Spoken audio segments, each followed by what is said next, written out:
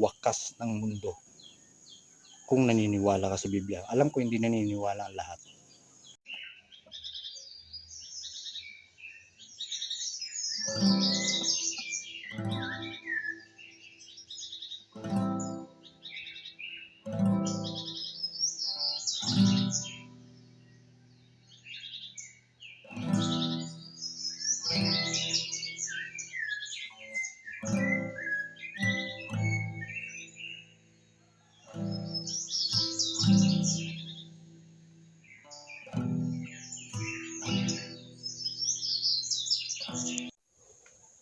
Magandang umaga po sa lahat.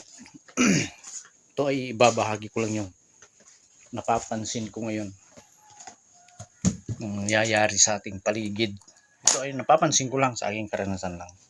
Kasi sunod-sunod yung mga kalamidad, bagyo, baha sa iba't ibang lugar, sakit, kahirapan. Yung kahirapan, kahit mayaman, dumadaing na mahirap eh. Tapos may mga pagputok ng mga bulkan ngayon. Tapos sa iba't ibang lugar nagkakagulo ng mga digmaan, kaguluhan dahil sa politiko.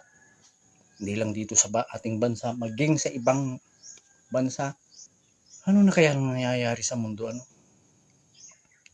Napakahirap na ng buhay dahil sa kaguluhan na yan, nagkakaroon ng gutom.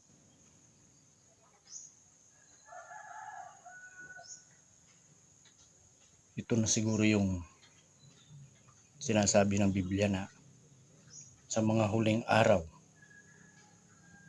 magkakasabay ang sakit, gutom, iba't ibang karahasan, masamang ugali ng tao.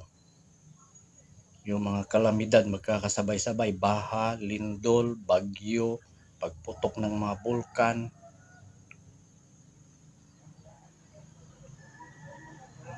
Sabay pa dyan yung mga pag-aawayan ng mga politiko.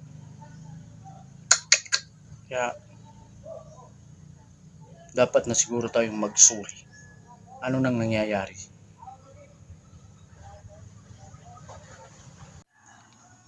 Kasi sa Biblia po ay may binabanggit na paghuhukom o talagang wawakasan itong mundo. Sabi doon, sa mga huling araw ay magkakaroon ng gutom, lindol, pagputok ng mga bulkan, kaguluhan, mga sakit, epidemya. Tapos ang mga tao ay magiging maibigin sa sarili, gahaman, mapusok. Kaya may mga taong siguro na talagang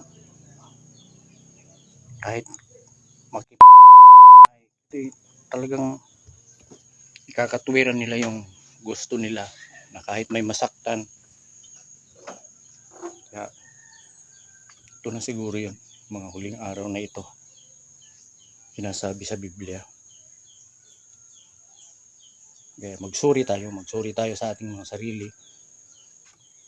Sabi nga magbulay-bulay.